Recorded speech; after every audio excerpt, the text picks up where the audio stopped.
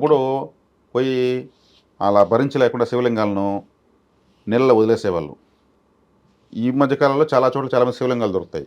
అలా ఎప్పుడో పూర్వీకులు వదిలేసిన లింగాలు భరించలేక పూజలు చేయలేక గంగాదేవులు ఎందుకు వదలాలంటే ఆమె ఒక దేవత. దేవతను దేవతలో ఐక్యం చేస్తున్నారు, వదిలేస్తారు. అప్పుడు దోషం లేదు. ఎక్కడో రోడ్లో పారేసేదానికన్నా దేవతలు విఘ్నేశ్వరుణ్ణి వాళ్ళ తల్లి అయినటువంటి తల్లితో సమానమైన గంగాదేవులు వెళ్తారు.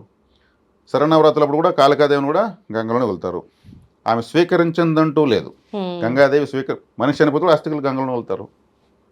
చనిపోయేటప్పుడు ఆ నోట్లో నీళ్ళు పోసే వాళ్ళు లేకుండా చచ్చారంటారు. ఆ నీళ్ళు పోసినా కూడా బతికేదేమీ లేదు. కానీ చల్లగా ప్రాణం పోతుంది. గంగాదేవితో స్టార్ట్ అయిన జీవితం గంగాదేవితో ముగుస్తుంది. ఆమె గొప్ప దేవత. అందుకు శివలింగాలు అలా వదిలేసేవాళ్ళు. మాకు అక్కడ లోటుతో ఉంటే శివలింగం దొరికింది వచ్చి భూమిలో పూడిపోయేవి.